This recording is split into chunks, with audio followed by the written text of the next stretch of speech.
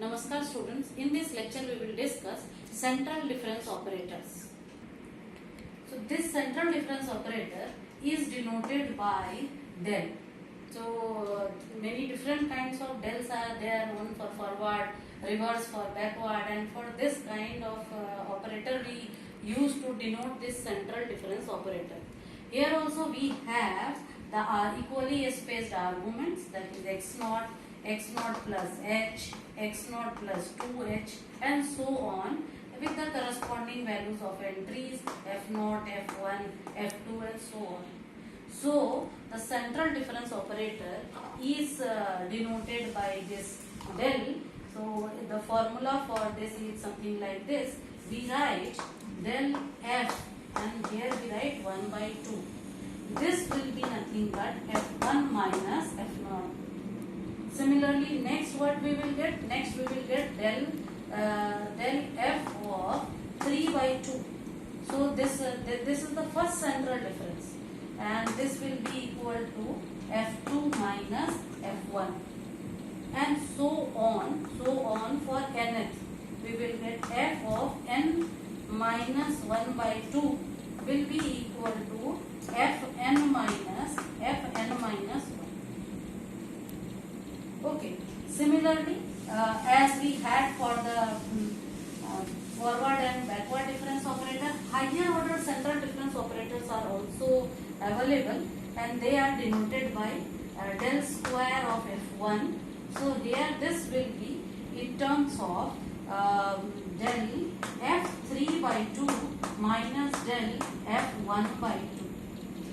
Similarly, for the second one, if we want del square of f2, del square of f2 will be equal to del f5 by 2 minus, here we can write del f3 by 2. Likewise the things proceed on. So here it's better to see in the terms of table, so that will give you the more clear picture how to proceed for finding out the different central differences values. So we have this central difference table.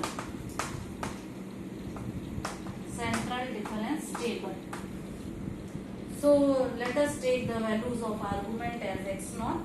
So this is the value of x here, value of f. So values we are taking x naught, f naught, then x naught plus h, that is x1 as f1, then x naught plus 2h, the value is f2, x naught plus 3h, the value is f3, and so on it can proceed on.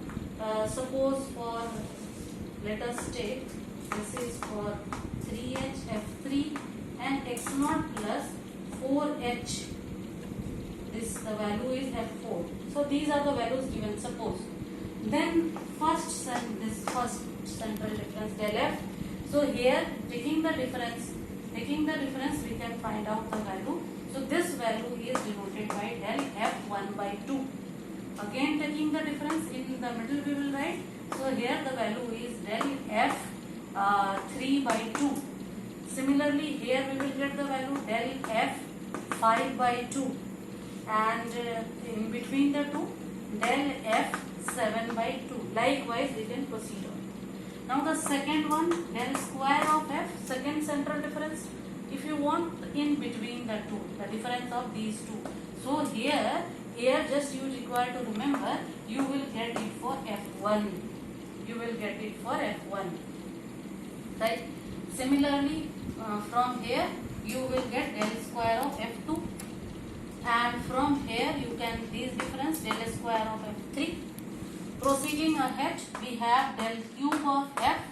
So again we can take the difference, and here we can get del cube of f3 by 2. Del cube of f3 by 2. Right? So this we are going to get over here. Similarly here we are going to get del cube of f5 by 2. No other values can be computed.